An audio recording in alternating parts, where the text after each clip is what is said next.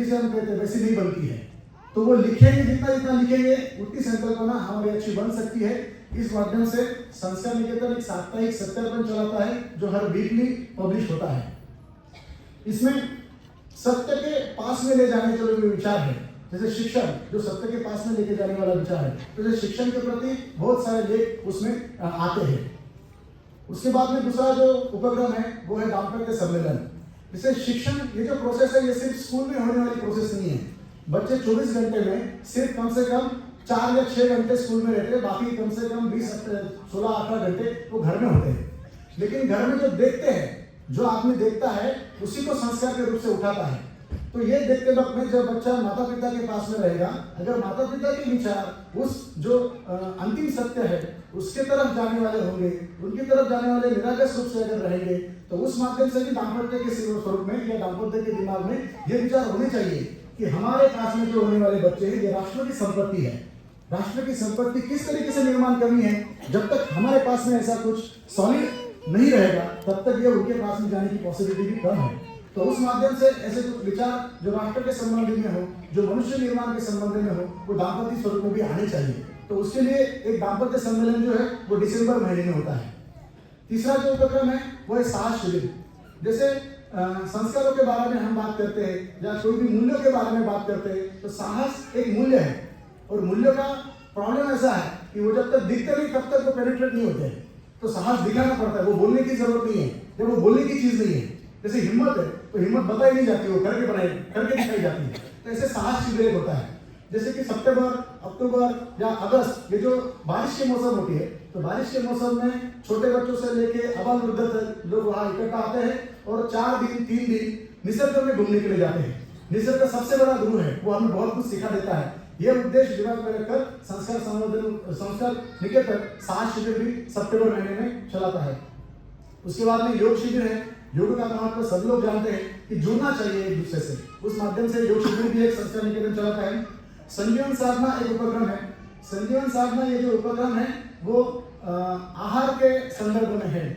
हमारे शरीर में शुद्धि क्रिया होनी चाहिए, शरीर शुद्ध होना चाहिए। इस माध्यम से 10 दिन तक सिर्फ पत्तों का रस जो है वो उसमें हम पीते हैं और ये रस जो है वो हमारे शरीर की शुद्धि क्रिया करता है। 10 दिन का ये भी उत्सव होता है। 10 दिन में वयस्कर है, आबाल वृद्ध है, ये सब लोग इसमें आते हैं और मजा करते हैं। उसके बाद में युवा तेजो निगम एक उपक्रम है।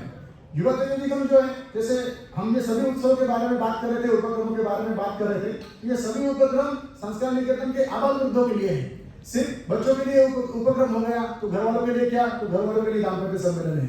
जैसे अभी 10वीं के बाद में दूसरा बच्चा कहा जाएगा तो कॉलेज जाता है, तो ऐसे जो लोग हैं उनके लिए एक युवा तेजो निगम उपक्रम है, जिसमें हमारा मानना ऐसा है कि युवक अपने करियर के बारे में कम से कम बहुत पैशनेट होते हैं, लेकिन करियर के साथ में जब तक वो मूल्यों के साथ में नहीं रहेगा तो वो करियर का करना क्या।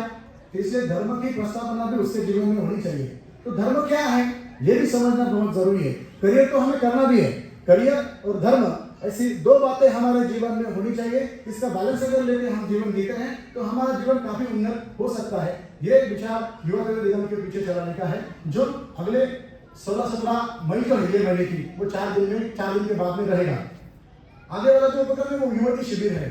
जैसे अभी आप सरकार की बहुत बड़ी एडवर्टाइज चलती है, हमारे मराठी में ऐसा कहते हैं, मुलगी शिकली प्रगती झाली। स्वामी विवेकानंद का भी कहना था कि गिव मी 100 नचिकेतास। तो नचिकेता के उनके पास में कहना था कि आप मुझे 100 लड़कियां दे दो। हमारे एक भाई है जो हमें पढ़ाते थे, उनका कहना था कि आप जो 60-70 लोग हो, उसके अलावा अगर मुझे 60-70 लड़कियां दी जाए तो काफी अच्छा काम कर सकती है।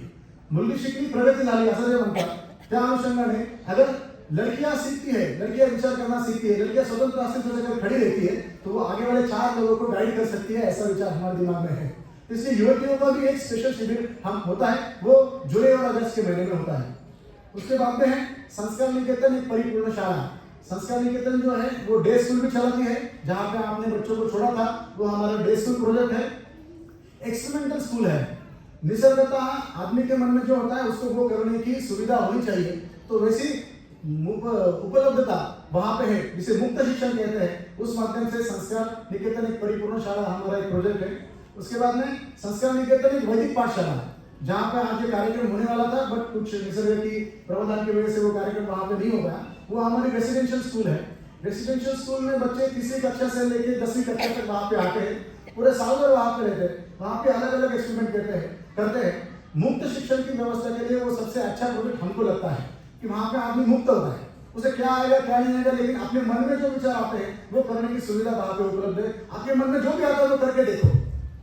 एक बार मन में ऐसे वैसा ना हो कि एक बार मन में आया मुझे करने नहीं दिया इसकी वजह से हुआ नहीं, तो वहाँ पे वो स्पेस है कि आप आओ खुद भी एक्सपेरिमेंट करो। एक्सपेरिमेंट करने के बाद में हमको हमारी ताकत भी पता चलती है और दूसरे माध्यम से भी हमारी ताकत पता चलती है कि ये अपने काम की बात नहीं है, ये अपने काम की बात है, हम कर सकते हैं। तो ऐसे विविध 11 से 12 टाइप के प्रकार के हमारे उपक्रम हैं, जो उपक्रम अलग अलग इसमें चलते हैं। धन्यवाद।